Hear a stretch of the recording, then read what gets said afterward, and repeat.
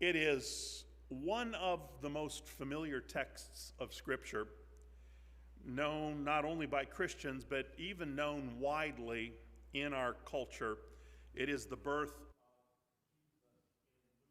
chapter 2, verses 1 through 7. If you're in my generation, you will remember one of the highlights every Christmas season. We didn't have the Hallmark Channel, which is probably why we're emotionally healthier. See, I know I'm going to offend a lot of people today. I know a lot of you are going to leave here, I don't like that guy. So I'm getting you prepared to not like me already by insulting the Hallmark Channel. But we remember the Charlie Brown Christmas story, where Linus, during the Christmas play, and we weren't used to seeing this because, we think about the 60s and all the, it was such a great time back in those days, but you didn't hear the gospel very much, and Linus just busted out and read the story of Jesus from Luke chapter 2, and he read this passage and went on to the rest of it. But he quoted, now these words are festive, they're comforting, and they're uplifting. Luke chapter 2, verses 1 through 7, in those days, a decree went out from Caesar Augustus that the whole empire should be registered, should be taxed. It's a census. And the first registration took place while Quirinius was governing Syria. So everyone went to be registered, each to his own town, his ancestral town. Joseph also went up from his town of Nazareth in Galilee to Judea, to the city of David, which was called Bethlehem, because he was of the house and family line or lineage of David. He'd had his DNA done by genealogy.com, and he found out that, to be registered along with Mary, who was engaged to him and was pregnant. We talked about that last week. And while they were there, the time came for her to give birth, and she gave birth to her firstborn son, and she wrapped him tightly in cloth and laid him in a manger because there was no guest room available for them. Now, that's a slightly different translation of verse 7 than maybe you're used to, and that's going to be a key issue for us today as we do a little bit of a reset of the traditional Christmas story, and as we talk today about the meaning of the manger. Have you heard of the Mandela Effect? Anybody heard of the Mandela Effect? It's an interesting thing.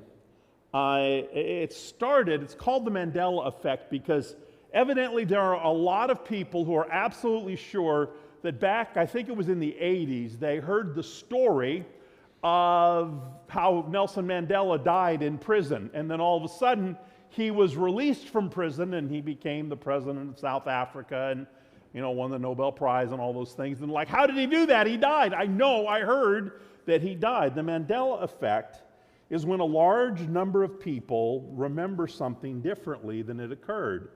There's a whole bunch I read through yesterday, 40 different examples of Mandela effects. And there are simple things like, have you ever had Jiffy peanut butter? No, there's no such thing. There's Skippy peanut butter and there's Jif peanut butter.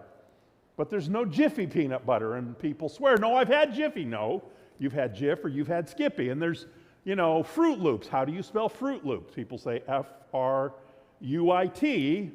Loops. No, it's F-R-O-O-T, L-O-O-P-S. I mean, it's simple things like that, but things that you're sure that that when you, by the way, what's that fruity ice cream stuff? If you say sherbet, you're wrong. Look at every box of that stuff you've ever seen. It is sherbet. Sherbet. I've been correcting people for 40 years. I have been married to my wife for 42 years, and she still says it wrong, willfully, rebelliously, to aggravate me, and it does every time. It's sherbet, people. And if I was a betting man, I would sure bet you that if you went to the store, you would not find a box that says Sherbert. Okay, anyway, I won't get upset now. See how I'm making y'all mad? There is a Mandela effect when we approach Scripture sometimes. We are sure that we've seen things in the Bible that are not actually there. Now, there are a couple of dangers that we find when we deal with traditions and the Bible. I have known Bible interpreters who seem to revel in tearing down all of our traditions. They really enjoy saying, what you've always believed isn't true. Well, I think a lot of what we've always believed is still true. I mean, the things that we believe, the doctrines that we believed, it's still true. It's not the way of God to try to tear people down. On the other hand, it is often true, especially when scriptures are very familiar, that we begin to read into those things, the things that we've seen. When I studied how to study the Bible, the best class I ever had in school was Dr. Howard Hendrick's Bible Study Methods class, the first class I took in seminary. And one of his things was, what you need to do is observe what the Bible actually says, because he says what we often do is we assume that things are there, and all of a sudden we start observing and we see, wait a minute, that's not what the text says. It's very easy to read our dearly held beliefs, our ideas into it. We have to study the Bible and make sure that it says, and so a lot of times we end up holding on to our traditional interpretations, whether they are correct or not. Jesus had more trouble with traditions than he did with anything else. Who did he fight? He fought the Pharisees who held on to their traditions. And so our traditions aren't wrong, and it's not wrong to believe what we always believed if it's biblically correct, but what is wrong is to assume that what we've always believed is absolutely correct. And the familiarity of the Christmas story makes it especially prone, not only the familiarity of the story, but the prevalence of mythology that's attached to that story. You know, in recent years, as I've taught the Bible, a lot of times on Sunday nights in the study of the life of Christ that we did, and in the study of Revelation 2 and 3 that we did, I came to understand passages of the Bible in a different way than I'd ever taught them. The whole concept of Laodicea and lukewarmness, what I'd always believed about that, I came to see it in a different way. I'm not going to get into that this morning because I don't have time. The whole idea of casting your pearls before swine, I came to see that in a different way, and I taught it in a different way here.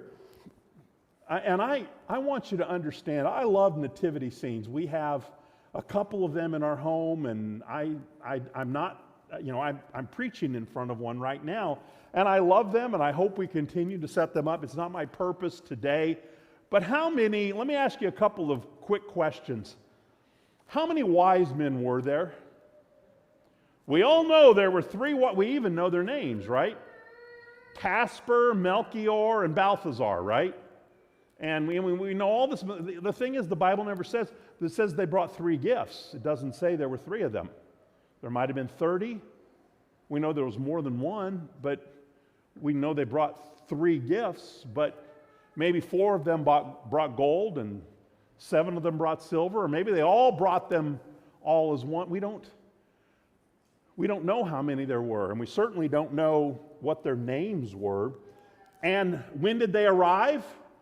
You know, in our home growing up, we always took the wise men and we stuck them across the room. Because if you follow the Bible story, you realize that the wise men showed up in Bethlehem when Jesus and Mary and Joseph were living in a house, and the word that's used to describe Jesus was something like toddler. He was no longer a baby, he was a toddler.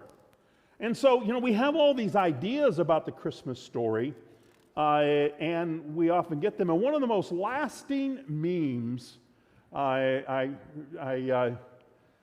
I'm trying to say is that as we study this, we have to hold on to the truth, but we also have to be willing to learn and grow. And I got to tell you something. I'm going to share something with you that 1 year ago, I didn't know this is not something that I thought a year ago. I would not have ever, I've been preaching 40 years, and this is something that I just came to understand recently. I believe it is the truth. I've studied it in authoritative texts, and I think what I'm about to share with you is absolutely factual. It changes what we believe about a lot of the Christmas story. It doesn't change the facts, it just changes the facts. You understand what I'm saying? It doesn't change the meaning, it just changes some of the facts. Let me share with you. For instance, one of the most lasting memes of Christmas is that rascally innkeeper, that greedy innkeeper who would not find a place for Jesus to be born. He kicked Mary and Joseph to the curb, banishing them to the lonely stable where Mary gave birth, surrounded only by sheep and goats and donkeys. And you know, that's what we have when we have manger scenes. Is the tradition has been, if you've ever been to Jerusalem or been to Bethlehem, they have a cave, and they have a huge church over the cave. But the thing is, our traditions about that were not from the Bible. They were from like 200 and 300 years after Christ, when Constantine converted to Christianity. His mother went to Israel. She was not a scholar, but she was a new Christian. And so she went around and she said, "Where was Jesus born?" And someone said, "Over there." And she built a church. Now we have the Church of the Nativity, which is where Helena, the mother of Constantine, there's these huge churches everywhere, and they are built over places wherever someone said, "Where was Calvary?" "Over there." You know, and they didn't really know, they just pointed her, and she built places there. Actually, there is some archaeological evidence that they might have gotten Calvary right. They might have gotten the place of the death of Christ pretty correctly. Here's the question I want to ask you. Where does the Bible mention the innkeeper who sent Mary and Joseph on their way? Where does the Bible mention animals surrounding Jesus when he was born? The answer is, it doesn't mention either of those. Now, I'm going to tell you later that he probably did have animals around him, but the Bible doesn't mention those things. All the ideas of the innkeeper and the animals, those are things that we've kind of created through traditions, not through biblical mention. As I said, I've been preaching for 40 years, and this is a new understanding for me, but it is easy for us to gain our truths from traditions, and especially related to Christmas, when I say mythology, I don't mean that it's the birth of Christ isn't true, but all this stuff about, little drummer boys and Casper Melchior and Balthazar and Melchior and Balthazar, and all these things have risen up. And it's easy for us to say, I know what I like, and I like what I know, and I'm sticking with that. And I think we need to open our minds to a new understanding. I want to share with you today 2 key words in the text I just read to you. Let me go back to share with you again. Look at verse 7. There are 2 words that matter most in that text. And I'm going to do a little bit of background here, and then we're going to get into what this means for us. While they were there, the time came for her to give birth. She gave birth to her firstborn son. She wrapped him tightly in cloth, and she laid him in a manger. A manger. What is a manger? I'm going to show you a picture of a manger. Archaeological, they've got a manger. They found them archaeologically. I'm going to show you one in a minute. And because there was no guest room available, 2 key words. Let's talk about those 2 key words. First of all, the word manger is fattening. That's the English spelling of the Greek word. The story of the birth of Christ rests on these 2 words, and fattening is translated manger, and it is a trough for feeding animals. This one obviously is carved out of stone, sometimes they are depressions, like kind of out of in a house. At the end of a room, there's like little depressions carved out in the room, kind of like a little, well, depression is the best way to put it, and they will put straw in that. They can be more like the wooden constructions that we have seen, but it is a feeding trough for animals. That one we pretty much have had right. The problem has been our lack of understanding of the way homes were built in Israel and in Bethlehem. The second word translated in some of our texts, but the one that we have called guest room is kataluma. Now there's a cutaway of, they've done archaeology, there's a cutaway of a typical house. Houses in Jerusalem, in Bethlehem, in that area, were often one story, sometimes two stories. Now there is a word for in the Greek. Jesus used this word in Luke chapter 10, I think it's verse 25, when he said that the man was going down from Jerusalem down to Jericho, and he was injured, and the Good Samaritan came along and took him to the inn. The word is pandoxion, okay? That's the word for inn. That is not the word that's used here. The word used here is kataluma. Kataluma is a guest room in a house. A guest room in a house. And what the text says is not that there was no room in the inn, but there was no guest room available for Jesus, for Mary and Joseph. Nobody had a guest room available for him. Nobody was able to house Mary and Joseph.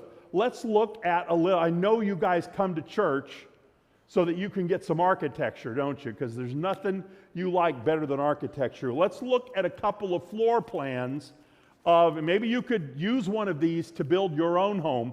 But these are, if you went with me, Matt, you might have a better understanding of this. Jenny and Beth, you've been there as well. But in Senegal, you'll go into a home and it'll have a large open area. It'll be open from front to back. And I've been sitting in a home and chickens walk through, goats will walk through, animals will just walk through freely. They just walk through this common area, and then the living quarters are off to the sides, and the animals aren't generally allowed in those. You'll be sitting in someone's home talking to them, and their chicken will walk by and start squawking. I've honestly had interruptions. Every time I start talking, sharing the gospel, I guarantee you if I start sharing the gospel, a chicken or they're evil animals. A chicken will walk by and start squawking to cause trouble and interrupt the gospel. I've had it more than one time. Or a goat or some other animal will walk in and start squawking. But you can't really see the lettering that well, but they would have a large open area. A lot of times the whole family would live in one room. The whole family would live, off in their various corners. They might have a stable outside of that, but often the animals came at night inside the house. Not like huge animals, but a lot of their animals for protection from predators. They didn't want to lose their animals to the predators, so they'd bring them inside at night. And so they would have, inside the house, they would have mangers. Those stone mangers or depressions in the floor, they would have inside the common room of the house, they would have mangers. Sometimes the family had an upper room. By the way, do you know, remember the upper room that Jesus had to observe the Lord's Supper? Guess what that's called in the Greek New Testament? That's a kataluma. They went to the kataluma to observe Passover. This is the word, the same word used for the place that there was no room for Jesus at the kataluma. That's where Jesus said, go in and tell this man that we need a kataluma to observe the Lord's Supper. The kataluma sometimes there was a guest room on the outside with a separate entrance, kind of like a mother-in-law suite. You know what a mother-in-law suite is? Sometimes that was out there, and sometimes the kataluma was, you see the steps to the upper room? The family lived on the first floor, and often the animals came in there, and they fed, and they ate out of the manger. And then upstairs there was a guest room. Now let me talk about why this was like this. Basically, though, here's what happened. There was no room in the guest room for Mary and Joseph the night that Jesus was born.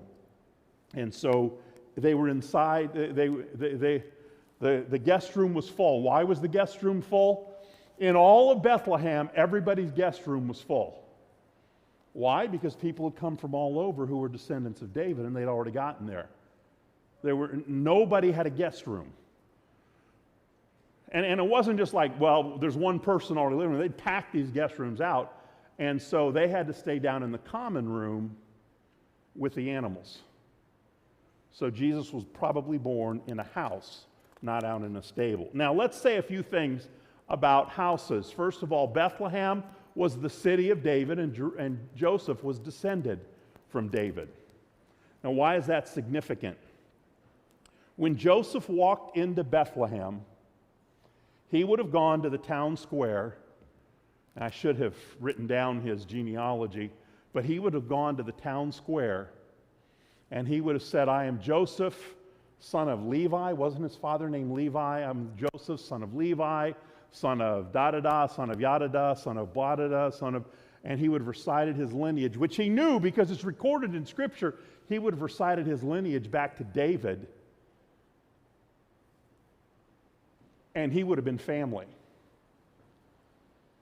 He was not... as far as we know, that was his first time in Bethlehem. Nobody knew him there, but once he was in Bethlehem and recited his lineage, he was in the city of David, and he was family. And in Bethlehem, they had specific rules. I'll get to those in a minute. Now, here's the thing. Bethlehem was a very small village. It's not huge today, but back then it was tiny.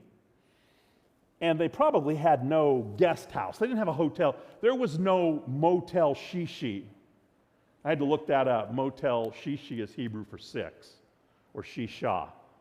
Depends on whether it was for men or women. But they didn't have like a little motel there for people to stay in. All they had was people had guest rooms in their homes. People had a room set aside to house, because hospitality, that's my third point here, hospitality was absolutely important. When somebody walked in, when a stranger walked in, we have almost never been, when we walk into it, this mindset is in the villages of Africa as well. When we walk into a house, into the courtyard, they are obligated to show up, to give us welcome, Moses said something about this a couple weeks ago. They're obligated to welcome us. They'll give us tea, attaya, they'll give us food. They'll make us welcome. That is just an obligation. And here, if Joseph and Mary were of the house and line of David, they would have had every obligation. And so somebody tried to find a place for them. There was no evil innkeeper saying, sorry, no room for you, lady. They tried to find a place for them, but Bethlehem was packed with people coming for the census. All the guest rooms, all the kataluma in everybody's homes. I don't know how many homes that was, 10, 12, 15, I'm not sure. But in the whole village, everybody's home, everybody's guest room was packed with people, and there was no room. So somebody said, come stay, you can stay the night in my common room. You can live in the place where, in the main room. And so Joseph and Mary were shown to the common room where they spent the night. And yes, there may have been animals there. It wasn't a cave, it wasn't a stable, it was likely the common room of a house. Jewish hospitality laws would not have allowed them to kick a young descendant of David, of the royal line of David, out into a stable. They brought them into the house. But there Mary gave birth, probably in the common room, and laid the baby in the depression or in the little stone thing, whatever they had, the feeding trough for the animals. Jesus was likely born in a house in Bethlehem, not in a stable, not in a cave, but in a house in the common area because the guest room was full. Now, what does this all mean? Why have I taken the time? Well, for one thing, I think it's good for us to have an understanding of what really happened. I'm not trying to ruin anybody. Like I say, we'll continue to set up our manger scenes and enjoy them. I think the purpose of those is to put us in mind of what happened. They're not meant to be theologically accurate because that's not, one of my main gripes about manger scenes and pictures and all of that is that Joseph and Mary weren't white. They weren't white people. They were Middle Eastern. If you go to Israel, you'll see Middle Eastern people. They're not black, they're not white, they're in between. They're sort of a light brown generally. They can actually be dark brown if they're from the African end of things, but Mary and Joseph weren't Caucasian Americans. And almost every rendering I see of them is they're Caucasian Americans. And so they're not accurate, but they remind us. Unless you get some in Africa. There in Africa, you'll find, people paint Joseph and Mary a little differently sometimes. And that doesn't offend me any more than it does here. But the whole thing is, we need to understand the meaning of the manger. And as I said, my purpose here is not to ruin manger scenes, but to help us think about what the manger really means. And I have 4 things I want to share with you this morning about the manger of Jesus Christ. First of all, and I think this is really one of the reasons to understand the true manger scene. The problem with the people of Bethlehem wasn't that they were evil or mean or bitter or nasty. It's that they were busy. They were living their lives.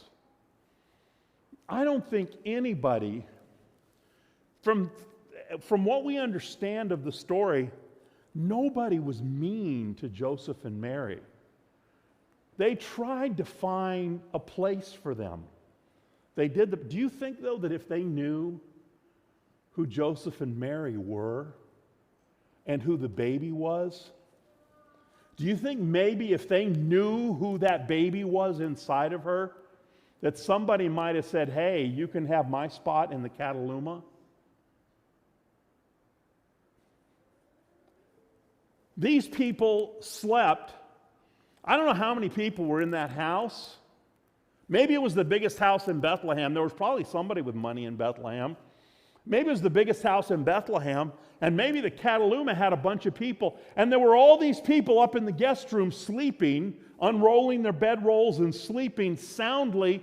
Maybe they, the sounds of Mary's birth and Mary giving birth and the sounds of Jesus crying might have cost them a wink or two.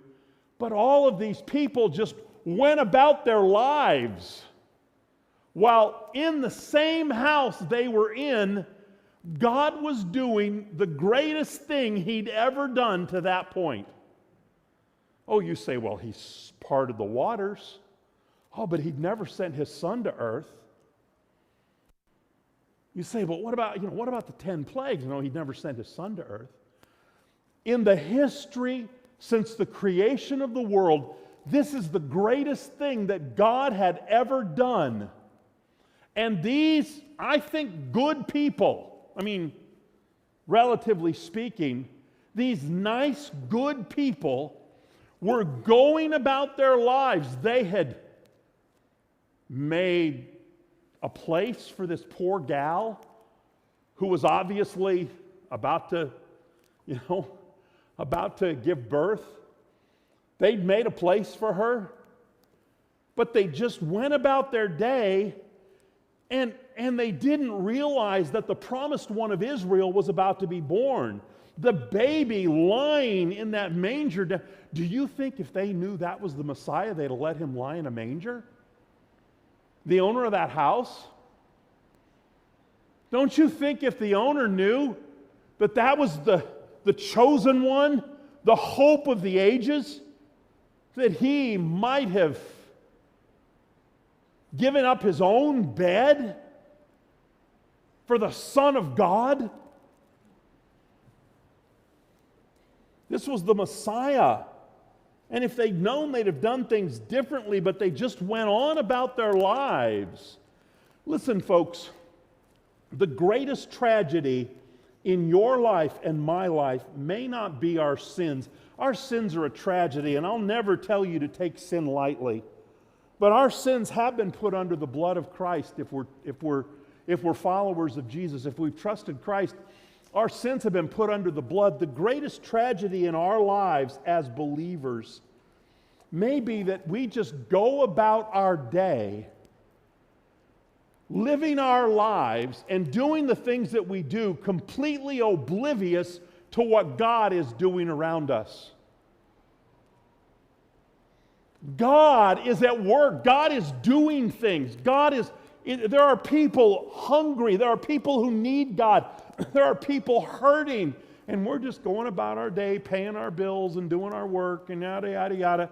And remember the scene, and I'm not sure if it's just in one of the movies or if it's actually in the book where the Christmas Carol, where Scrooge is meeting with Jacob Marley, and his eyes are open and he sees the spirits running around, hounding people, trying to open their eyes to what's going on. Obviously, that's not a Christian way, but it's the way we are. We're just running around when the spiritual needs of mankind are our business. People need the Lord, and we're so busy with our lives, not doing bad stuff, just doing stuff. No, we don't have time for Jesus. We don't have time for people. And I don't have time to belabor this anymore because I got to move on. But I think that's the real point of the manger, is that, Jesus wasn't off lonely somewhere, in the hills by himself in a cave. He was in a house where there were people all around, and they missed the greatest thing that God had ever done. They're just oblivious to it. Can you imagine if 30 years later, all of a sudden you realize, hey, wait a minute. I was there that night. You mean that baby that I was so upset kept me awake that night? I had a big day the next day, and I was like, oh, can't that baby just be quiet? You ever had a baby that just keeps crying and crying and crying, and no matter how much you love that baby, you want that baby to be quiet? And when it's not your baby, you really want that baby to be quiet. And he or she says, you mean that baby? Man, I don't know, maybe no one ever did. Can you just imagine thinking, that baby, the one they're crucifying, the one they say rose from the dead, that was the baby that I just wished would be quiet so I could get some sleep? We can be so busy in our lives that and I just remember I don't know if I even mentioned this, my dad had this plaque on his desk for many years that said, beware the barrenness of a busy life. See, we think busyness is the sign of productivity. And he knew that you can be busy and your life's not counting for anything if you're busy with the wrong things. The second truth is that the manger was dirty. Imagine giving birth to your precious baby and laying that child in an ugly, dirty feeding trough for animals. When we create mangers, we have a manger here somewhere. I'll probably have it out here on Thursday night. Even though I'm preaching this, I'm still going to have that manger out here, folks, because it reminds us of stuff, And we make them look kind of cute and sweet and rustic and all of that. There was nothing romantic or sweet about the manger that Jesus was laid in. It was dirty and smelly and ugly, and animals had eaten out of it. They did not social distance from it. They did not wear masks. It was no place to put a baby, but hear me. It was the perfect place for the Son of God, because he did not come here to walk among the high and mighty. He did not come here to gain access to the rich and the powerful. Jesus came for the down and out, those who life had chewed up and spit out. Men fight for power and glory. Jesus was born in humility and filth. He was laid in a manger. Jesus was born in the common room of a peasant's home, in a dirty room, likely with animals. People slept all around him in comfort. This was the way of the manger. And that is why I am becoming, I don't want to sound grumpy here, folks. I am, I guess, I don't know. The modern American church, I believe, has lost its way. We are seeking things that are contrary to the way of Christ. And we wonder, why don't we have revival? It's because what we are looking for and what we are grasping for is not Jesus. We want the modern church to be a country club where nice people gather. If a bunch of real sinners, listen, if the 12 disciples walked in here today, most of us would be really uncomfortable. First of all, they'd all be dressed, they'd all have dresses on, robes, and what's wrong with those guys? But they'd smell bad. Have we read the Gospels? It was the respectable, nice people who hated and opposed Jesus at every step, because he hung out with the lower classes. He hung out with women of low moral character and tax collectors. The church has always functioned best when it was outside of political power and wealth. There's an old story, I don't even know if it's true, but of a man being shown through a beautiful cathedral in medieval times. And the man kind of proudly looked at him and said, "The church can no longer say, 'Silver and gold have we none.'" And the man that was being shown the thing said, "Yes, and neither can we say, 'Take up your bed and walk.'" As we seek the things of this world, we lose the power of God. When we seek and we think, well, we've got to have political power. When did the church in Jerusalem had none of that? The political powers hated them, couldn't stop them. Rome tried to squash Christianity, couldn't stop it. Well, we've got to have money. Really?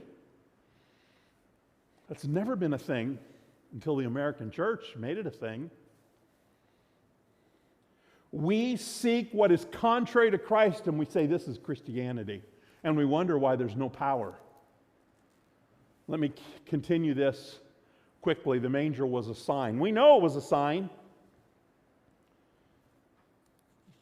because God said it was a sign. "This will be a sign to you," the angel said. He said, "You'll find the baby wrapped in swaddling clothes, wrapped up in strips of clothes." Now that couldn't have been the sign because they did that with every baby. You'll find him lying in a manger. That was the sign. I mean, just the fact that there was a baby was partially the sign. But the real sign was that the baby was wrapped in swaddling clothes and lying in a manger. A king had been born, but this king was not like any other king that had ever been born. He didn't come to earth to gain wealth or to grasp power or to assert. His disciples throughout his entire ministry kept thinking, we know this because they say it all the time, when are we taking control? They always thought that Jesus was there to take political control and kick Rome out. Even to the very last moment when Jesus was about to ascend into heaven after 40 days and after all that time of teaching them, they looked at him and they said, is this when you're going to restore power to Israel? Is this when we take political? They always thought we are going to be his right-hand men in his power and authority. And Jesus said, you don't understand a thing. You just don't understand. I am not here to take worldly authority. He'd had all the worship and praise. If Jesus had just wanted that kind of worship and praise, he could have stayed in heaven. He got that forever and ever. But he left that to come to earth to save our souls and to build a kingdom. Worldly things were never the goal of Jesus. He came to save souls and to establish a heavenly kingdom, not to gain worldly wealth or power. His birth in a manger was a sign that God was going to do things and they were going to be different. The kings of earth, the powerful people of earth act a certain way, but the King of Kings made his bed in a feeding trough for animals in a common room where most people, even peasants, wouldn't sleep. Folks, when you think about it, it's an amazing story. He wasn't here for comfort. He wasn't here for safety. He was here to save souls. And that leads me to my final point, and this is the most important. Folks, we have got to come to the point where we understand this. You say, what's wrong with the church? We have money. We have power. We have influence. What we don't understand today is the way of the cross. And the manger was the first step on the way of the cross. And until the church comes to understand the way of the cross, the way of the manger, the way of the cross, we will never have revival. We will never have renewal. We will never make a difference in America. Because what we have done is we have adopted the American way, the worldly way, and we've said, we'll just do it with God's help. And God says, I'm not going to do it your way. You've got to walk the way of the cross. Jesus never came to gain popularity, political power, wealth, or anything in this world. He came to redeem our souls from sin. He came to die on a cross, and the manger was his first step on the long road to Calvary. He was born in humility. He lived in poverty. He was falsely accused. He was rejected. He was hated. And eventually they tortured him to death. And he said, I want you to walk as I walked. And do you know what it was that turned people off to Jesus? When he said, I want you to walk the way I've walked. Oh, people loved his miracles. When he fed them and healed them, they're like, this is cool. But when Jesus said, lay down your lives and deny yourselves and follow me, I don't think I can do that. And you know what? Now, I'm going to get mean here, folks. I'm going to get nasty here. But most Americans who call themselves Christians, when they are confronted by the claims of Christ, they say exactly what the Jews in Israel said. No, thank you. Give us power. Give us political victory. Give us wealth. Oh, yeah, we love Jesus. Call us to deny ourselves, to give up our ambitions, and to walk the way of the manger and the way of the cross. Oh, sorry, Jesus. I can't do that. And we wonder why we're not getting the job done. This may be the meanest Christmas message you've ever heard. I told you you'd be mad at me when you left here today. I told you. But Jesus walked the road to death. And here's my point, folks. Hear me on this. Jesus walked the road to death. He humbled himself and became obedient unto death. And what did God do? When Jesus laid down his life, God raised him up. I had a friend back in Cedar Rapids. I disagreed with him on all sorts of theology. But he said something one time I've never forgotten. He said something, I forgot English, but I never forgotten this. We Americans want the power of the resurrection without the one thing that's required for resurrection. Now, wake up and answer this question. What's the one thing that's required before you can have a resurrection? It's not hard, folks. It's death. You can only rise from the dead when you die. Jesus laid down his life and died, and God raised him from the dead. And it's only when we die to self, die to sin, die to the life we had, when we're crucified with Christ, buried with Christ by baptism into death, that we are raised to walk a new life in him. When we lay down our lives, when we give ourselves, it's only when we bow down in humility and die to self and die to sin that we have any hope that God will lift us up. And we're saying, oh God, how can you make us successful? How can you help us win? And God says, you got to go to the manger. You got to go to humility. And you got to walk the way of the cross. And folks, that is God's plan A, and there is no plan B. And as long as we keep saying, we're going to do it our way, and God will bless us, he says, let me show you how wrong you are. I really am not in a bad mood. But I think we're walking the way of the world, the way of the power, the way of political victory, the way of fighting with fleshly weapons. We're trying to win the war of the Spirit with the weapons of the flesh. And it's not going to work. It never has, and it never will. We need to go to the manger. We need to go to those who are dirty and say, we know Jesus. We need to go in humility, dying to self, to live for Christ. And then we have every hope that God will lift us up.